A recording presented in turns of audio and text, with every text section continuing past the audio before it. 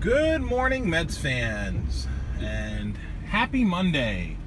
And if the weather is any indication, the weekend series did not go well against the Los Angeles Dodgers, and anyone who thought it was going to is even more of an optimist than I am when it pertains to being a Mets fan.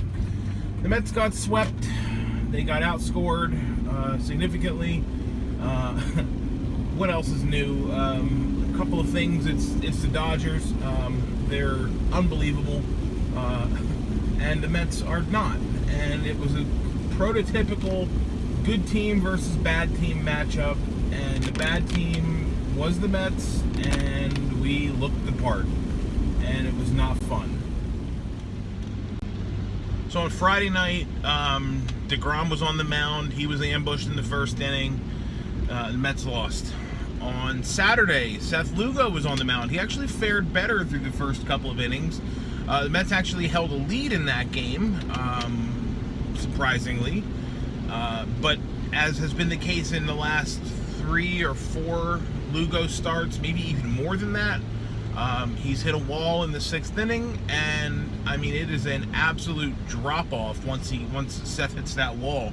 The 3-0 lead was gone in a matter of a blink of an eye, and that was it. You know, once the Dodgers tied the game, you just knew it was over. Then you knew the Mets bullpen wasn't going to be able to hold them, and that's less of an indictment of the Mets bullpen and just more of a tip of the cap to how good the Dodgers are. And then, of course, there was yesterday, and I got to be honest about yesterday. As far as yesterday goes, the game was on at 8 o'clock. It was a Sunday game. Mehtz was on the mound.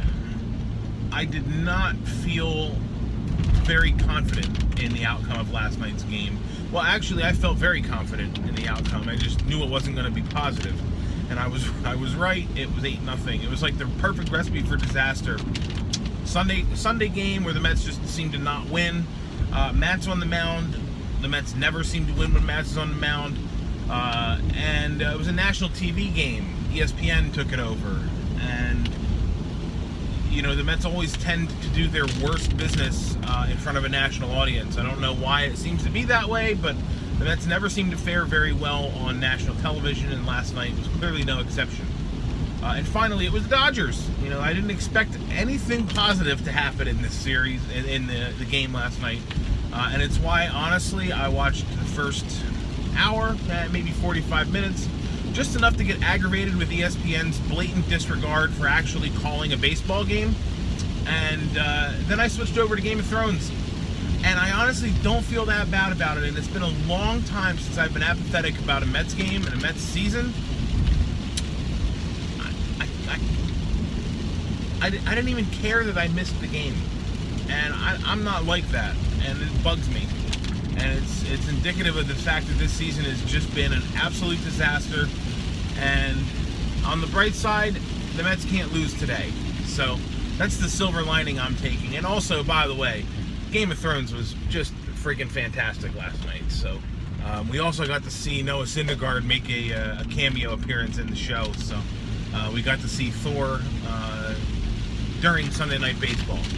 Not playing Sunday Night Baseball, but during Sunday Night Baseball. The next game for the Mets is tomorrow night. They welcome in the Texas Rangers for a 2-game series. Now, look, the Rangers are not the Dodgers, so at least the Mets have some semblance of a chance against the Rangers in the 2-game set. And then immediately afterwards, afternoon game on Wednesday, the Mets head to Philly for a 4-game weekend series with the Philadelphia Phillies. So hopefully there's a win or two in there. The Mets are 2-8 in their last 10. It's been brutal. We're the anti-Dodgers right now, but you know, it is what it is. So anyway, that's going to wrap it up for today. I'll be back tomorrow with an update on something I started a little bit earlier this year, keeping some stats about the team and wins and losses, and it was a time when I was far more optimistic about the chart that I was keeping. Now I realize that it's not a fluke. What was happening earlier in the season is the Mets in 2017. So anyway, I'll review that. We'll talk about run differential a little bit, and talk about Dom Smith, because he's the next big thing to make his presence felt on the roster, and we'll talk about that tomorrow. So until then, I appreciate you watching the video. Thanks very much for that. If you're not already doing so, you can follow me on Twitter at Mr_Met. And as always, let's go Mets.